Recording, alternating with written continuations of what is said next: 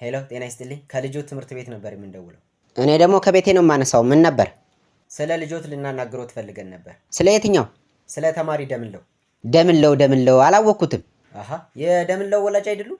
ኦኬ ደምልዬን ነው እንዴ? ደህና ነው ግን እሱ ልጅ ቤት መጥቶ አያውቅም። የኔ አባት እየቀለዱ ነው። ትምህርት ቤትም እኮ መጥቶ አያውቅም ልሎት ነው የደወልኩሎት። ኧረ እባክህ እና የት አባቱ ሄዶ ነው በል። እኔ ምን አቅሎታለሁ? እኔን ይጠይቁኛል እንዴ ጭራሽ። ታዲያ እኔስ የት አባህ አቅልሃለሁ? አቤት ማለት የት ሄዶ ሊሆን ይችላል ብዬ እኮ ነው።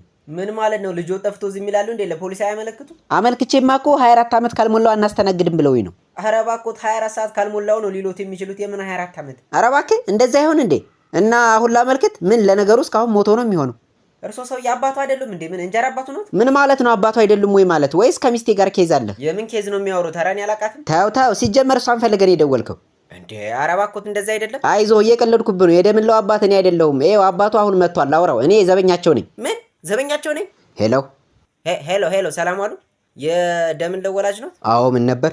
ልጆት ትምህርት ቤት ከቀረ 3 ቀን ሞላው። በሰላም ነው? አዎ አላጠናም ብሎኝ በርበሬ እያጠንኩት ነው። 1 ኪሎ በርበሬ ይቀረዋል። ሲጨርስ ይመጣል። ጉድ ፈላ። ጤነኛ ሰው የለም እንዴ ቤታችሁ? ምን ማለቴ በተወደደ በርበሬ ብዬ ነው። እና ሰናፍጭ ላድርገው?